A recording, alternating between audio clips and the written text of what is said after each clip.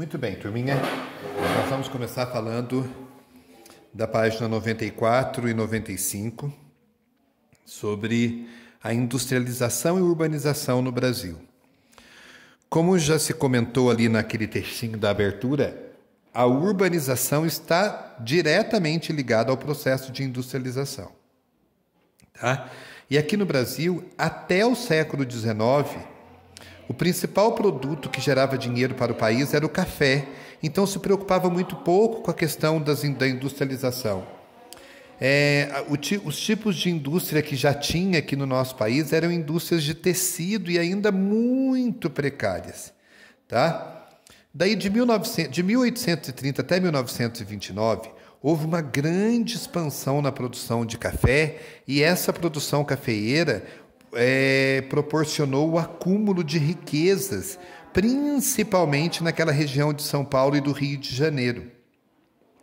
E daí o que acabou acontecendo?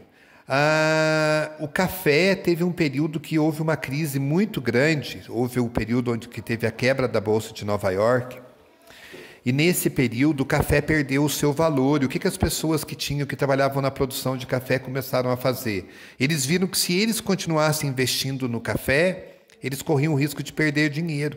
Então eles começaram a investir o dinheiro que eles ganharam com o café no desenvolvimento das indústrias, principalmente na região de São Paulo e do Rio de Janeiro. Por isso que quando a gente analisa historicamente, a concentração da industrialização no Brasil está na região sudeste, porque foi onde teve o grande desenvolvimento do café, já tinham ferrovias, portos, então tudo isso favoreceu para que ocorresse o processo de industrialização. Olha aqui para vocês verem, no início do século XX a indústria cafeeira vai acabar sofrendo, né, com uma crise por causa do café que aconteceu, e daí eles vão começar a investir no processo industrial brasileiro. A industrialização no Brasil. Os lucros obtidos... dois fatores foram importantíssimos para o desenvolvimento, para que houvesse um impulso na industrialização brasileira. Primeiro, o café gerou muito dinheiro para os grandes produtores aqui no nosso país. E isso fez com que eles tivessem dinheiro para investir no desenvolvimento industrial. E segundo, teve duas grandes guerras mundiais e o Brasil não foi palco da guerra. Então quer dizer que ele participou das guerras? Ele participou, mas ele não foi destruído pela guerra. Então quer dizer que a industrialização no nosso país vai se desenvolver muito com esse período da guerra, porque o que ele produzia era enviado para os países que estavam em guerra. Tá? Então quer dizer que produziu-se muito e cresceu muito a industrialização nesse período. Só que o que começou a acontecer? Quando os países que estavam envolvidos no conflito começaram a exigir muito da produção brasileira, o Brasil se preocupava em importar, porque ganhava muito dinheiro importando, esqueceu que o brasileiro também come. E começou a ter problemas, porque a industrialização não estava sendo capaz de satisfazer as necessidades do mercado internacional e mandar produto para eles, e também satisfazer a necessidade do mercado interno. E olha para vocês verem, começou a faltar produtos nas prateleiras brasileiras. Então o que eles tiveram que começar a fazer?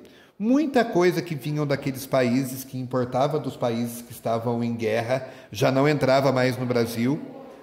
E o Brasil já estava vendo que ele precisava produzir cada vez mais para que tivesse produtos para as pessoas consumirem aqui no nosso país.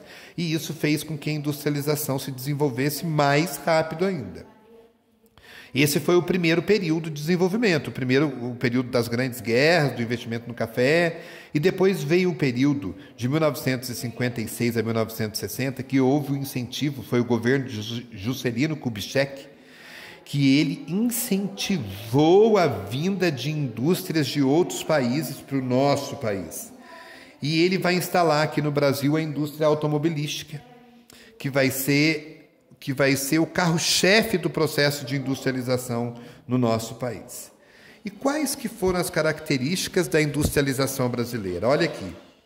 Primeira característica, ela é uma industrialização tardia, tá?